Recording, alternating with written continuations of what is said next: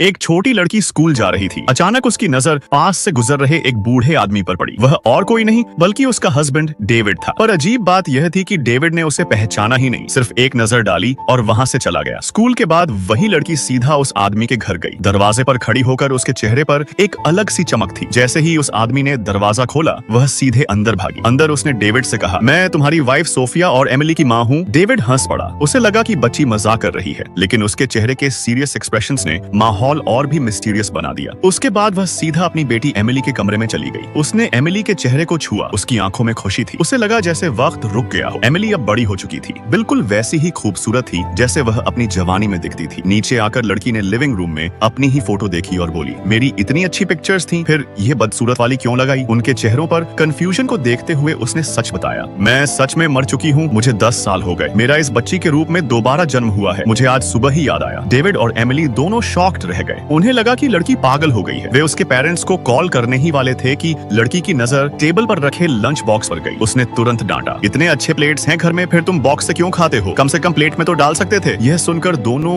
और भी ज्यादा डर गए। तभी लड़की को याद आया कि उसे घर के लिए देर हो रही है। जाते जाते वह बोली, डेविड तुम तो इतनी जल्दी बूढ़े लगने लगे हो। मैं तुम्हें आज सुबह पहचान भी नहीं पाई। कल फिर मिलूंगी। और वह खुश होते हुए चली गई। पीछे छोड़ गई एक कंफ्यूज्ड हस्बैंड और बेटी। अगले दिन स्कूल के बाद लड़की फिर उस घर आई। इस बार घर खाली था। उसने आसानी से फूलदान के नीचे रखी एक्स्ट्रा की उठाई और अंदर चली गई। अंदर उसे वही पैसे मिला जो उसने कभी छुपा कर रखा था। उसने एक मेमोरी बुक खोली जिसमें फैमिली के पुराने खुशहाल लम्हों की तस्वीरें थी। लेकिन जैसे ही उसकी नजर खाली पेजेस पर गई, उसका दिल रुक गया। उसे समझ आया कि उसके मरने के बाद इन 10 सालों में डेविड और एमिली कभी खुश ही नहीं रहे। उसने तुरंत डेविड को कॉल किया, मुझसे उसी जगह पर मिलना, और कॉल कट कर दिया। डेविड ने ज्यादा ध्यान नहीं दिया और वह बस पकड़कर घर लौट रहा था। उसे अपनी मरी हुई वाइफ बहुत याद आ रही थी कि कैसे वह उसके देर से आने पर गुस्सा होती थी। तभी अचानक वह लड़की रास्ते में सामने आ गई। उसके चेहरे पर वही एक्सप्रेशंस, वही लुक था, बिल्कुल वैसा जैसे सोफिया के होते थे। डेविड का दिल जोर से धड़क उठा। अब उसके पास कोई ऑप्शन नहीं था।